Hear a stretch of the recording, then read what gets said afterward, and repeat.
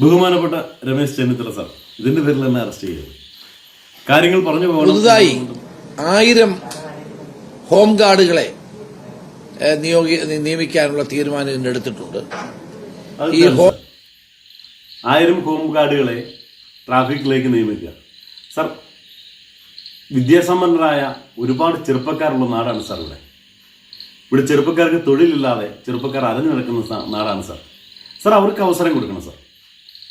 വിദ്യാസമ്പന്നരായ ചെറുപ്പക്കാർക്ക് ട്രാഫിക് പോലീസിലും അവസരം കൊടുത്ത് സാർ അവരൊക്കെ മിലിറ്ററി സർവീസിൽ നിന്ന് സേനകളിൽ നിന്ന് റിട്ടയർ വരുന്ന ആളുകളാണ് ഹോം ഗാർഡുകൾ. മിലിറ്ററി സർവീസിൽ നിന്നും മറ്റ് സർവീസുകളിൽ നിന്നും റിട്ടയർ ആയി വരുന്ന ആളുകളെ ബഹുമാനത്തോടെ തന്നെ കാണുന്നു സാർ. കാരണം അവർ ഈ രാജ്യത്തിന് വേണ്ടി പ്രവർത്തിച്ചവരാണ്, ഈ രാജ്യത്തിന്റെ ഉന്നമനത്തിന് വേണ്ടി പ്രവർത്തിച്ചവരാണ് സാർ.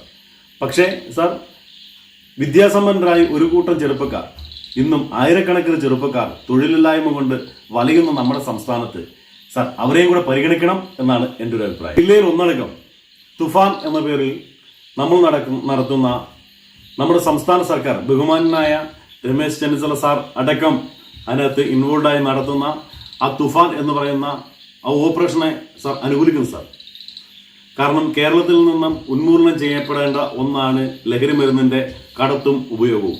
സ്പോർട്സ് കോട്ടയിലടക്കം സാർ നമ്മൾക്ക് വേണ്ടി സ്വർണ്ണ മെഡൽ നേടിത്തന്ന ഒരുപാട് സ്പോർട്സ് താരങ്ങളുണ്ട് സാർ. അവർക്കൊക്കെ നമ്മുടെ കേരള ഫയർഫോഴ്സിൽ അവസരം കൊടുക്കണം സാർ. അങ്ങനെ ചെറുപ്പക്കാരെ ഇതിനകത്തേക്ക് കൊണ്ടുവരണം സാർ. കാര്യങ്ങളെല്ലാം തുടർന്ന് പോവുക തന്നെ വേണം.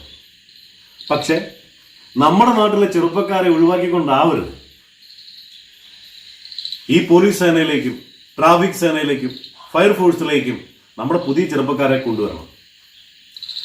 അങ്ങനെ നമ്മുടെ നാടിന്റെ പ്രതിസന്ധികളെ പരിഹരിക്കണം.